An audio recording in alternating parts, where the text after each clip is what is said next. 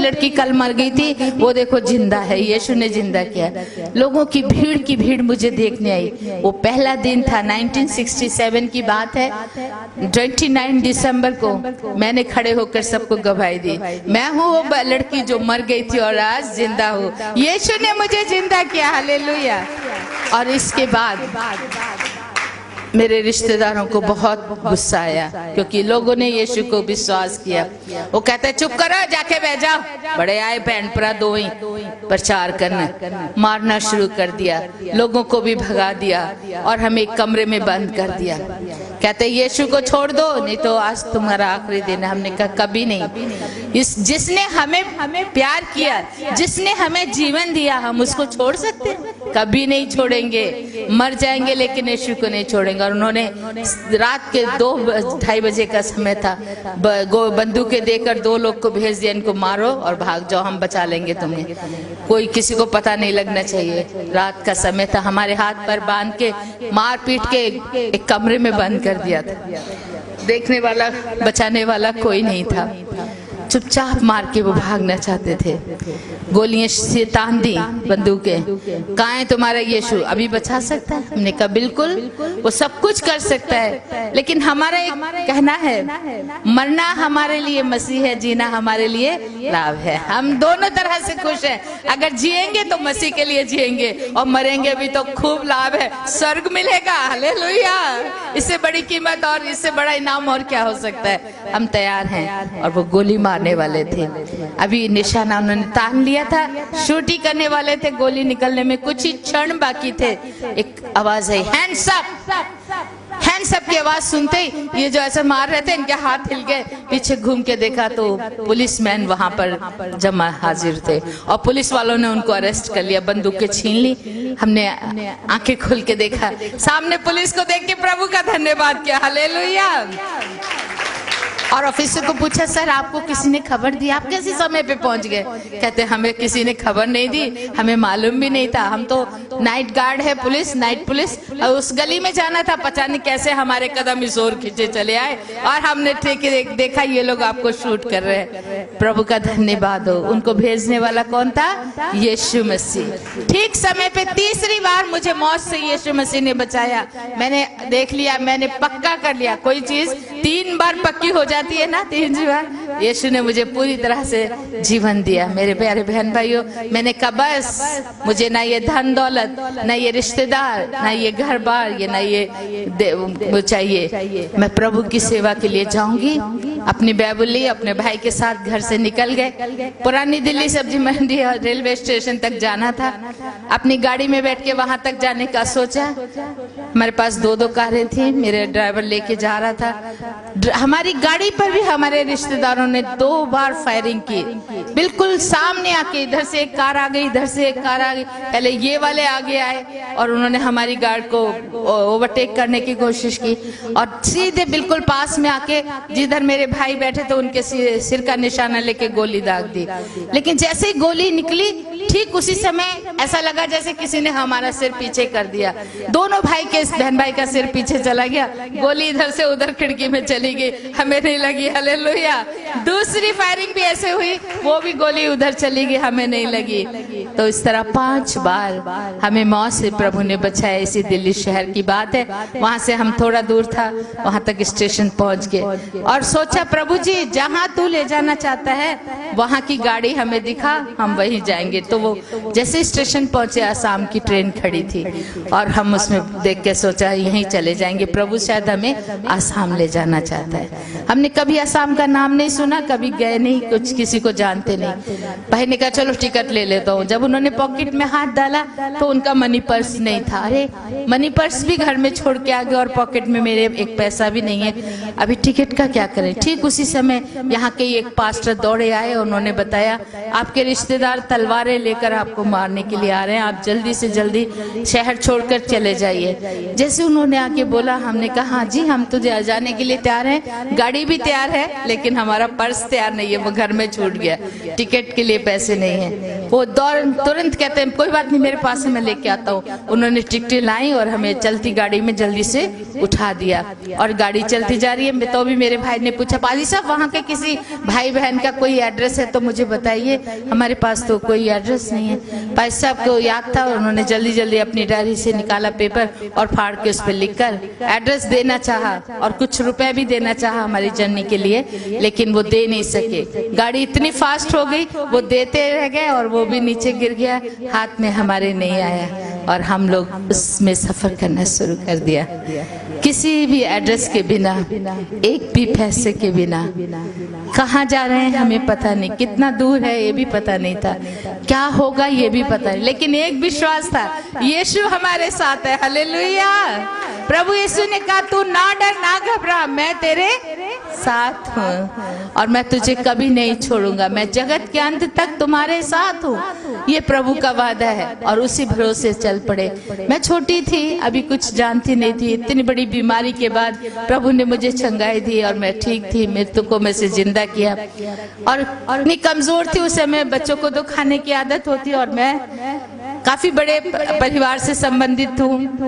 मेरे पापा district collector है, किसी चीज की कमी तो थी नहीं घर में। कभी भूख नंग क्या होती है मैंने कभी अनुभव नहीं किया, मैं जानती भी नहीं थी, हर चीज मुझे उपलब्ध थी। लेकिन ये पहला दिन था मेरे जीवन का, कहूँ तो परीक्षा। प्रभु के लोगों को प्रभु पहले टेस्ट करता है ना, इंटरव्यू में पहले इंटरव्यू लेते फिर जॉब मिलता है जैसे, और इसी तरह ये हमारा इंटरव्यू का है या परीक्षा का है। तो मुझे ये पहला सहना बहुत मुश्किल था। भूखे रहना पड़ेगा, मेरे भाई ने कहा, प्यासे रहना पड़ेगा, देश विदेश जाना पड़ेगा, कोई तो पसंद करेंगे तो ग्रहण करेंगे, कोई नहीं तो धुतकार देंगे। शांता, ये बहुत मुश्किल जीवन है। साधु बनकर जीना, आपने फिल्म में देखा साधु सुंदर सिंह की, मेरे मामा जी की, कितना मुश्किल था। एक जवान लड़का हो तो वो तो सह सकता है, लेकिन एक छोटी बच्ची या 13-14 साल की आपकी बेटियां हैं, आप देख रही हैं, आप बैठी हैं, कितनी कमजोर और नाजुक होती है। और उस हाल में मैं बहुत भी कमजोर थी और मेरे भाई ने मुझे समझाया, शांता बहुत मुश्किल जीवन है, तुम रहने दो, तुम घर वापस जाओ और तुम स्कूल में पढ़ो। मैं कहा नहीं, मैं अब पढ़ूंगी प्राइवेट, लेकिन मैं यीशु की सेवा करूंगी, क्या कितने भी दुख आए, चाहे मुझे भूखा रहना पड़े, नंगा रहना पड़े, लोग मुझे मारे पीटे सताए, मैं नहीं छोड़ूंगी यीशु को, मैं चाहूंगी, मैं यीशु की सेवा करूंगी। जिसने मुझे जीवन दिया है अब मैं उसकी हूँ, उसके लिए जीना है, उसी के लिए मरना है, नहीं रुकूंगी। और भूखे प्यासे उस ट्रेन में 5 दिन तक हमने सफर किया। एक टुकड़ा रोटी भी हमें खाने को नहीं मिला था और एक बिस्किट या चाय कप भी लेने के लिए हमारे पास पैसे नहीं थे। मेरे भाई ने कहा किसी से मांगना नहीं है, किसी के आगे हाथ फैलाना नहीं है, देख दिया तो परमेश्वर तब खाएंगे, मांगना है तो परमेश्वर प्रभु यीशु से मांगना है, इंसानों से नहीं मांगना है। मैं कहा ठीक है मेरे भाई। हम इस तरह दुआ करते बैठे रहते, कोई खाना खाने के लगता वहां से उठ के दूसरी तरफ चले जाना या बैठ के आंखें बंद करके दुआ में घुटनों पे बैठ जाना, और जब वो खत्म कर दे तब आंखें खोलते, हम किसी की तरफ देखेंगे भी नहीं, मांगेंगे भी नहीं। इस तरह 1 दिन बीता, 2 दिन बीता, 3, 4, 5 दिन। ऐसा मैंने सोचती हूँ अभी कि मैं अगर उसे प्रभु को नहीं जानती तो शायद मैं जरूर मर गई होती, क्योंकि 5 दिन कोई बच्चा भूखा रहे बहुत मुश्किल है ना। लेकिन मैं प्रभु का धन्यवाद करती हूँ, उसने मुझे ताकत दी। हालेलुया। और मैं इस तरह बैठी रही, सिर्फ पानी पीकर हमने गुजारा किया। मुझे आज भी याद है, और परमेश्वर ने मुझे थोड़ा भी कमजोर होने नहीं दिया। और इस तरह 6ठे दिन हम वहाँ रंगिया जंक्शन असम का पहला स्टॉपेज है, गुवाहाटी से पहले आता है, वहाँ उतर गए। हमने कहा चलो चलो अब कोई चिंता नहीं है, किसी पास्टर के घर या किसी विश्वासी के घर चले जाएंगे और वहाँ हमें खाने को मिलेगा।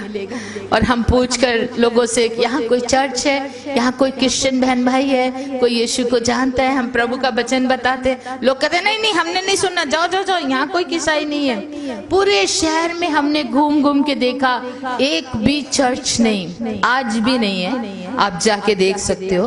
उस शहर का नाम मैं दूंगी, एड्रेस दूंगी, रंगिया जंक्शन है, वहां कोई ईसाई नहीं, कोई चर्च नहीं, कोई प्रभु को जानता नहीं। पूरे दिन चल चल के पैर छिल गए, खून बहने लगा, भूख से बुरा हाल, कई बार बेहोश होकर नीचे गिर गई, फिर पानी के छींटे पाए, मुंह में पानी डाला, इस तरह उठाया। लास्ट में हमने कहा कहाँ जाएं, कोई भी ग्रहण नहीं कर रहा है, सब दुत्कार रहे थे, जाओ जाओ जाओ, हम लोग ईसाई नहीं, जाओ जाओ जाओ, हमारे यहाँ नहीं। उस समय बहुत अजीब सा माहौल था और हम थक हार के वापस स्टेशन पे आके बैठ गए। स्टेशन पर तो हम बैठ सकते हैं और किसी के यहाँ हम कहाँ जाएं। और बैठ के हम दुआ कर रहे, प्रभु जी पता नहीं तेरी क्या मर्जी है, तू हमें यहाँ लाया, तू ही बता हम क्या करें। जब हम ऐसी दुआ कर रहे थे, एक बूढ़ा आदमी हमारे पास आया। वो बुजुर्ग आके पूछता है किसको ढूंढ रहे हो, कहाँ जाओगे? हमने कहा चर्च ढूंढ रहे हैं, कोई क्रिश्चियन बहन भाई है तो उनका पता है तो बताओ। कहते ना ना एठिन ना है, मतलब यहाँ नहीं है कोई चर्च, ओ दूर एक जगह है, रंगी उसको हरी सिंगा बोलते हैं, वहां पर है क्रिश्चियन मिशन हॉस्पिटल है, मिशन स्कूल है, क्रिश्चियन लोग केवल वहां रहते और यहाँ कहीं भी नहीं मिलेंगे आपको। बहुत दुख लगा, अरे ऐसी भी एक जगह है जहाँ एक भी क्रिश्चियन नहीं है। तो ठीक प्रभु तभी हमें यहाँ लेके आया। आप तो बढ़िया जगह हमें प्रभु ने लेके आया है। हम जाएंगे उस गांव में, कहाँ भी है वहां पहुंचेंगे और वहां से शुरू करेंगे। ऐसा सोच के मेरे भाई ने पूछा, अच्छा भैया बताइए कितना दूर होगा और कैसे जा सकते हैं? कहते ये सामने टैक्सी खड़ी हैं, गाड़ियां खड़ी हैं। जब टैक्सी गाड़ी बोली तो हमने अपनी पॉकेट छूना शुरू कर दिया, क्योंकि पैसे तो थे नहीं, गाड़ी में कैसे जा सकते हैं बिना उसके। पूछा अरे भैया ये बताइए कि वहां तक चलकर जाने वाला कोई शॉर्टकट है ना? शॉर्टकट है, कितना है? ये जो है रेलवे लाइन, इसके ऊपर ऊपर चलते चले जाइए, बहुत नजदीक है, ज्यादा नहीं है, केवल 10 किलोमीटर। 10 किलोमीटर और वो भी पैदल चलना। मेरे भाई ने मुझे कहा शांता चलो चलेंगे। मैं कहा भैया आप क्या बोल रहे हैं, मैं कभी 1 किलोमीटर भी पैदल नहीं चली। 2-2 कारें जिनके घर में हो, कभी पैदल चलते हैं बच्चे? स्कूल भी जाना है तो कार में ड्राइवर जाके छोड़ के आता था। मैं कहा नहीं मैं नहीं चल सकती हूँ, मेरे में शक्ति नहीं है, मेरे पैर छिल चुके, 6 दिन की भूखी, मेरा मुश्किल है, प्रभु मदद करेंगे, मैं नहीं चलूंगी। मेरे भाई ने कहा अच्छा चलो तो प्रभु से मांगते हैं, प्रभु मदद करेगा, वो आशीष देगा। और मेरे भाई ने मेरे सिर पे हाथ रख के दुआ की, प्रभु मेरी बहन को शक्ति दे, हम चल के वहां जाएंगे। मेरी नजरों में वो दृश्य आ रहा है आज भी, उन बड़े पत्थरों पर, कांटों पर चलकर जाना। रेलवे लाइन के ऊपर क्या होते हैं, बड़े बड़े पत्थर, और रात का समय 6 बजे वहाँ घोर अंधेरा हो जाता है, वो सामने जंगल ज्यादा है, बड़ा फॉरेस्ट था, उसके अंदर से चल के जाना पड़ा। जोंके, सांप, बिच्छू तरह तरह के हमारे पैरों में काटते और झंझना के रह जाता, गिर जाती ठाम से। रेलवे लाइन ट्रेन उसके ऊपर सिर में चोट लग गई, वहां से भी खून, हाथ पैरों से भी खून बह रहा है। फिर उठ के चलते चले जाना, इस तरह चलते गए चलते गए चलते गए। 10 किलोमीटर चलना बहुत मुश्किल होता है, जो चलने वाले नहीं हैं उनके लिए। मेरे भाई तो बहुत चलते थे, 20-20 किलोमीटर बर्फ के ऊपर चल के उन्होंने साधु सुंदर सिंह की तरह सेवा की है, लेकिन मैं कभी नहीं चली थी। मेरे लिए पहला मौका था चलने का, और वो भी पत्थरों पे, कांटों पे चलना बहुत मुश्किल। लहू लुहान हो गए थे मेरे पैर और खून बहता जा रहा था और आंखों से आंसू बहते जा रहे थे।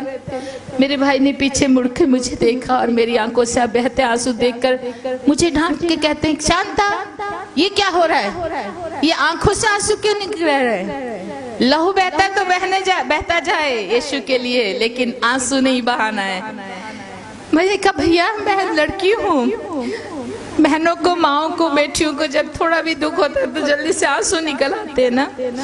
मेरे भाई ने कहा नहीं नहीं तुम यीशु की बेटी हो। यीशु ने क्रूस पे क्या लहू तो बहाया, आंसू बहाए थे क्या? नहीं, उसने उफ तक नहीं की और कहा सताने वालों को बाप इन्हें माफ कर, क्योंकि ये नहीं जानते। और उसने कहा है याकूब 1 अध्याय में, प्रभु यीशु ने क्या कहा है याकूब 1 और उसके 2 पद में, वहां पर कहता है, अपने चेलों को भी प्रभु यीशु ने कहा था जब लोग तुम्हें सताएं, मारे, पीटे, दुखी करे तो क्या करना? खुशियां मनाना, नाचना गाना, क्योंकि तुम्हारे लिए स्वर्ग में बड़ा फल है। याकूब 1:2 में कहता है, ऐ मेरे भाइयों, जब तुम नाना प्रकार की परीक्षा में पढ़ो तो इसे बड़े खुशी की बात समझो, क्योंकि तुम्हारे लिए स्वर्ग में बहुत बड़ा उपहार है। खुशियां मनाओ। मेरे पाजी कहते हैं, मेरे भाई साहब कह रहे थे, साधु किशन सिंह, शांता खुशी मनाओ, रो मत। मैं कहा खुशी अभी कैसे? हाँ चलो नचो गाओ, पंगड़ा पाओ। मैं क्या पंगड़ा पत्थर दे होते, कंडिया दे होते। कहते चलो फिर गाना गाओ। और फिर हम लोग गाना गाते गाते प्रभु की स्तुति करते उस गांव में पहुंच गए। रात के 12:30 बजे के टाइम में जाके एक दरवाजा खटखटाया और उस दरवाजा खोल पहले तो खुला नहीं बहुत देर तक। फिर मैं जोर से बोली, माँ जी, बहन जी, दरवाजा खोलिए, हम लोग प्रभु के लोग हैं। और उस घर की माँ का दिल पसीजा और उन्होंने हमारे लिए दरवाजा खोल दिया। और खोलने के बाद पूछा, कहाँ से आए हो, कौन हो? हमने कहा हम प्रभु के लोग हैं, बड़ी दूर से प्रभु हमें लेके आया। आज हम साधु सुंदर सिंह के भांजा और भांजी है। जैसे साधु सुंदर सिंह का नाम सुना वो इतने खुश हो गए, जल्दी से उन्होंने जप्पियां पाली, गले लगा लिया, अरे आइए आइए, प्रभु के लोग हमारे घर में आए हैं, साधु सुंदर सिंह के भांजा भांजी हैं, आपका स्वागत है। अंदर ले गए और जगह जगह हमारे शरीर पर खून के निशानों को देखकर, जख्मों को देखकर पूछते ये क्या हुआ, ऐसे कैसे हुआ? हमने कहा हम लोग इस रास्ते से चल कर आ रहे थे तो पत्थरों पर कई बार गिर गया और इसके कारण ये जख्म हो गया। और पैरों में भी पूरे कांटे, बिच्छू, जोंके, मोटी मोटी जोंके लगी हुई थी जिनसे खून ही खून बह रहा था। और खींच खींच के निकाला और भी खून बह गया। फिर उन्होंने गर्म पानी से घाव धोए। ये मेरे जीवन का पहला चमत्कार है कि मैं इतना खून बहने के बाद भी जिंदा रही और प्रभु ने मुझे मरने नहीं दिया। उन्होंने धो के पैर वो रोते जा रहे थे और हमारे जख्मों को धो रहे। वो आज भी जिंदा है, वो पति पत्नी, और उन्होंने बड़ी सेवा की। और फिर बाद में पूछा, आपने कुछ खाया? मैं कहा कुछ भी नहीं खाया है। कब से नहीं खाया बेटी? मैं कहा आज 6 दिन हो गए, पूरे 6 दिन से कुछ भी खाने को नहीं मिला है। ओ बाप रे, तुम इतने छोटे होकर भी प्रभु के लिए इतना कष्ट उठा रहे हो। मैं अभी आपके लिए खाना बनाती हूँ। और उस बहन ने रात को ही आटा गूंद के रात के 2 बजे उसने हमें रोटियां बना के खिलाई। हालेलुया।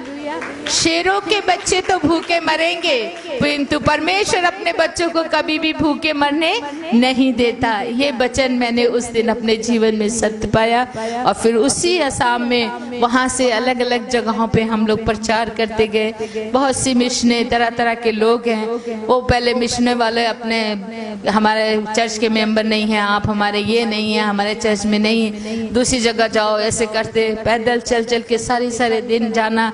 कोई खाने को दे देता तो खा लेते, नहीं तो भूखे रहना। हमारे पास कुछ था ही नहीं। बड़ा कष्ट उठाया हमने वहां पर। जंगलों में भटक जाते रास्ते, जंगल, वहां आज भी बहुत बड़े बड़े फॉरेस्ट हैं। आपको आइए असम में मैं ले जाऊंगी जिन जगहों पे मैंने पेड़ के पत्ते तोड़ को खाए। 2 महीने कुछ भी खाने को नहीं होता था।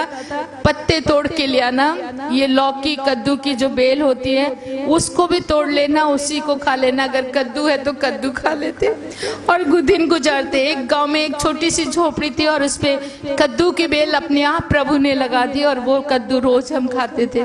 कुछ भी खाने को नहीं था। मॉर्निंग ब्रेकफास्ट भी कद्दू, दोपहर का खाना भी कद्दू, रात को भी वही बॉईल करके खाना। खाते खाते थक गई। 1 महीना हो गया। अभी 1 महीने तक एक ही तरह कोई बच्चा खाना खाए तो कैसे करते? नहीं खाऊंगा मम्मी, मुझे ये क्या एक ही देते। ऐसे एक दिन मैं भी, मेरी मम्मी कौन थी, मेरा पापा कौन था? यीशु मसीह। उससे लड़ाई कर रही। मैं अपने भाई को भी कुछ नहीं बोलती थी।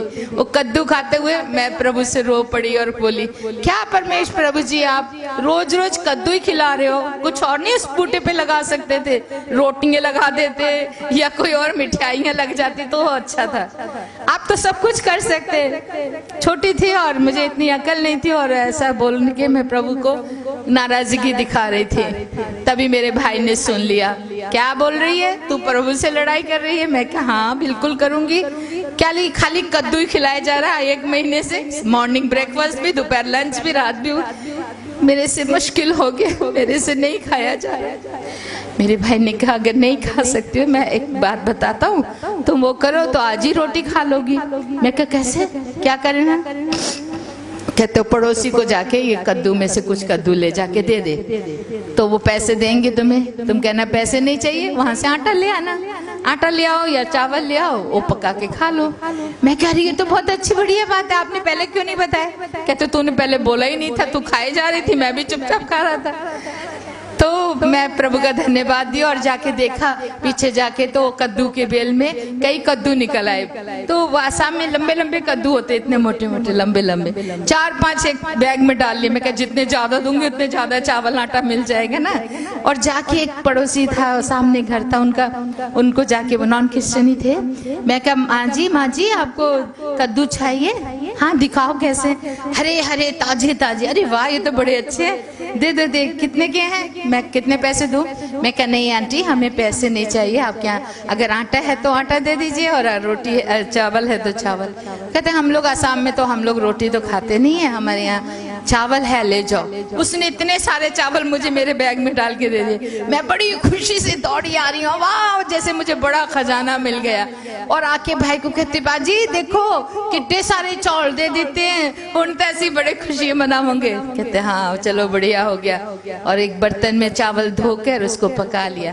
अब जब चावल पक रहा था तो मैंने कहा बाजी कि चावल इतना ही खाने हैं, ਇਹਦੇ ਨਾਲ ਤੇ दाल चाहिए, कड़ी चाहिए, जहाँ कोई सब्जी भी होनी चाहिए। कहते अच्छा तुम्हारे डिमांड्स बढ़ते जा रहे हैं, अभी पहले चावल मांगे अभी दाल भी चाहिए। तो मैं कहा हाँ मुझे तो दाल खाने का मन कर रहा है। चलो ठीक है हम बना देते हैं। मैं कहा आप कैसे बनाएंगे दाल? दाल भी किसी के घर से जाके मांग के ले आती हूँ कद्दू दे के। नहीं रुक मैं करता हूँ। तो उन्होंने चावल बनते बनते उसका जो पानी निकालते हैं, हम पंजाबी में पिच कहते हैं ना, वो पिच काट ली, उसकी निकाल ली और उसमें थोड़ा सा हल्दी डाल दिया, नमक डाल दिया और घोल के कहते ये लो दाल भी बन गई, चलो दाल चावल खाओ। मेरे प्यारे बहन और भाइयों, आप विश्वास करोगे कि नहीं, जब हम खाने लगे तो सच में एकदम बढ़िया दाल का स्वाद आ रहा था। हालेलुया, प्रभु ने उसको दाल में परिवर्तित कर दिया था और वो बहुत टेस्टी खाना। इस तरह प्रभु ने हमें बहुत दुखों के समय संभाला, बहुत मदद की। एक बार इसी तरह एक गांव में 7 दिन भूखे रहे। उस गांव में भी हम जाके प्रचार किया, किसी ने हमें खाना नहीं दिया, कोई हमने पूछता है। प्रचार सुनते बहुत खुश होते, बड़ा अच्छा जी, बहुत सोना, बहुत बढ़िया प्रचार, बहुत अच्छा गवाही, कह के thank you, God bless you, God bless you, जा रहे हैं बोल के सब चले जाते, सब चले जाते। किसी ने पूछा नहीं आप कहाँ रहते हो, आप क्या खाते हो, कहाँ से आए हो, कोई नहीं बात नहीं करते। उनको भाषा भी वैसे नहीं आती थी, लेकिन हिंदी थोड़ी बहुत समझ लेते हैं, फिर भी वो लोग कुछ बोलते नहीं थे। और इस तरह 7 दिन उस गांव में हो गए और 7वें दिन मैं पहली बार 7 दिन भूखी थी और मैं बिल्कुल कमजोर हो गई, मेरा सांस निकलने लगा, मरने के करीब, मुंह गला सूख रहा है, दिल की धड़कन थक गई और मैं छटपटाने लगी, गिर के रोने लगी। मेरे भैया मुझे देख नहीं सक रहे थे, उन्होंने अपनी बाइबल ली और वो चर्च में जाके बैठ के जोर जोर से प्रभु का धन्यवाद करने लगे। कहते मैं अपनी बहन को मरते हुए नहीं देख सकता, प्रभु तू चाहे तो मुझे भी ले जा, मैं जाने को तैयार हूँ। हम थक गए, पत्ते और हमसे खाए नहीं जा रहे हैं, खाना और है नहीं हमारे पास, इस गांव में किसी ने दिया नहीं है, तू जो मर्जी कर।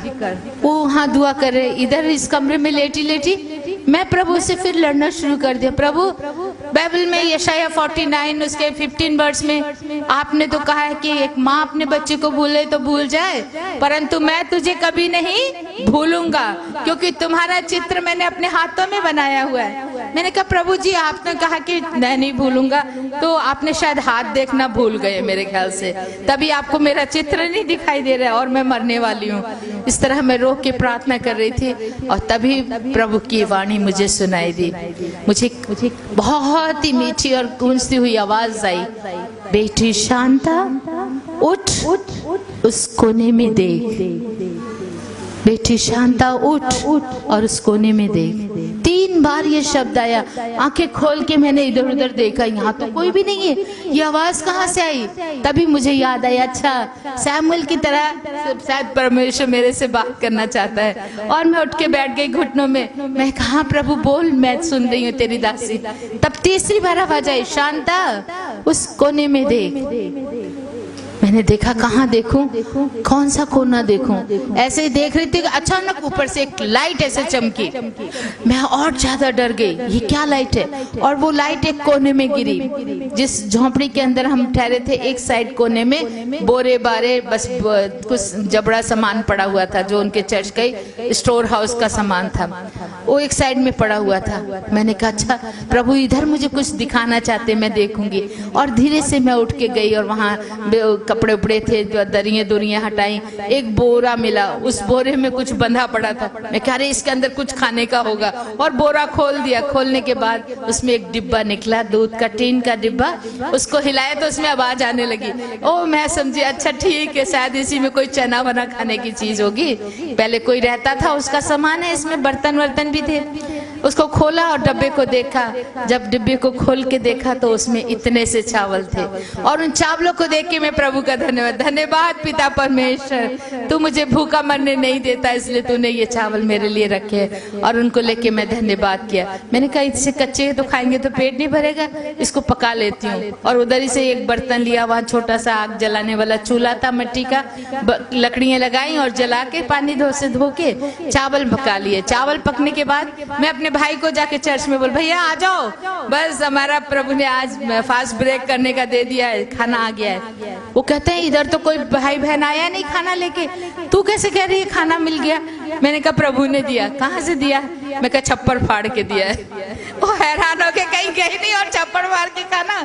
मैं कहा हाँ, प्रभु ने मुझे 3 बार उनकी आवाज मैंने सुनी और प्रभु ने मुझे कहा उसमें देख। तो मैंने खोल के देखा और ये चावल मिले। वो बड़े खुश हो गए। चल ठीक है, अब तू तो छोटी है, तेरा भला हो जाएगा, तू नहीं भूख से मरेगी, तू इसको खा ले। मैं कहा नहीं वीर जी, आप खाएंगे तो मैं खाऊंगी, नहीं तो मैं भी नहीं खाऊंगी। तभी एक आवाज आई, मैं खाऊंगा ये खाना, मुझे दे। हम हैरान हो गए, ये आवाज कहाँ से? उधर इस झोंपड़ी के दरवाजे के बाहर एक बुजुर्ग खड़ा था।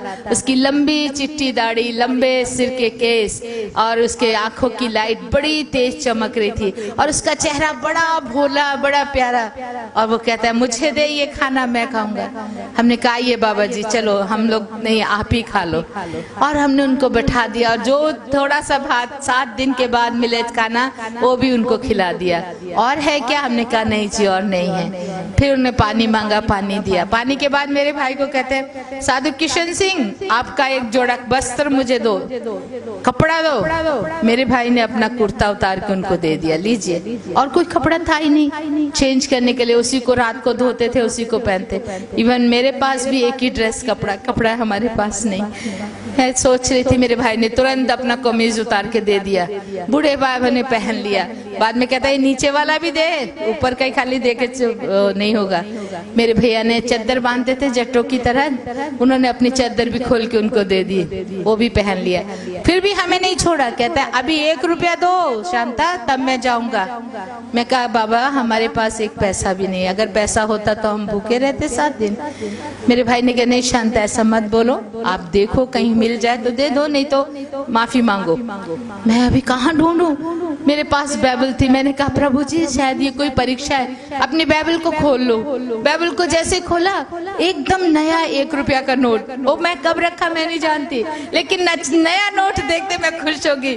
मैं कह रही बाबा है 1 रुपया है आपके लिए, देखो मिल गया। हमारे लिए तो वो था ही नहीं, ये कब रखा मालूम नहीं। और मैंने वो ले जाके वो रुपया उसको दे दिया। वो बहुत खुश हुए, हाथ में लेके दूसरे हाथ से मेरे सिर पे हाथ रख के कहते बेटी अब तुम्हें कोई चिंता करने की जरूरत नहीं है, मैं तुम्हारे साथ हूँ। मैं कहा हाँ बाबा जी आप भी आ जाओ, हम भी भूखे मरेंगे, आप भी हमारे साथ भूखे ही मरना पड़ेगा। वो हंसते कहते नहीं तुम नहीं समझी अभी। तभी वो कहता ठीक है मैं चलता हूँ। वो बाहर निकले, गेट के बाहर, हम भी निकल गए। 2 जवान बाहर खड़े हुए पेड़ के नीचे, वो भी देख रहे थे। सामने खड़े होकर बुजुर्ग बाबा मेरे भाई को कहते हाथ मिला बेटे। मेरे भाई ने अपना हाथ उनके हाथ में दिया और मैं भी उनकी नजरें ऐसे उनकी नजरों से मिलाई। मुस्कुराता चेहरा, सुंदर आंखें और बहुत प्यार से बोलते बच्चों अब तुम्हें कोई दुख नहीं होगा, मैं तुम्हारे साथ हूँ, मैं तुम्हारे साथ हूँ। ये शब्द खत्म ही हुआ और वो बाबा अचानक ऐसे जाते जाते कहाँ गायब हो गए पता नहीं। वहाँ बिल्कुल कुछ नहीं है। मेरे भाई ऐसे देख रहे, मैं भी देख रही हूँ, अरे ये कहाँ चला गया, ये कौन था? इधर उधर ढूंढ रहे हैं, इधर इधर उधर देख रहे हैं। वो जो दो जवान लड़के बाहर खड़े देख रहे थे, वो भी भाग कर आगे, कहते अभी अभी यहाँ बूढ़ा है, एक बंदा आपके सामने खड़ा था, वो कहाँ चला गया, वो कौन था? अब हम समझ गए कि वो कौन था। हालेलुया। जितने हम विश्वासी हम जानते हैं वो कौन हो सकता है? यीशु मसीह। हालेलुया। मत्ती 25 अध्याय 35 पद में पढ़ के देखिए। मत्ती 25 35 36 में क्या कहता है?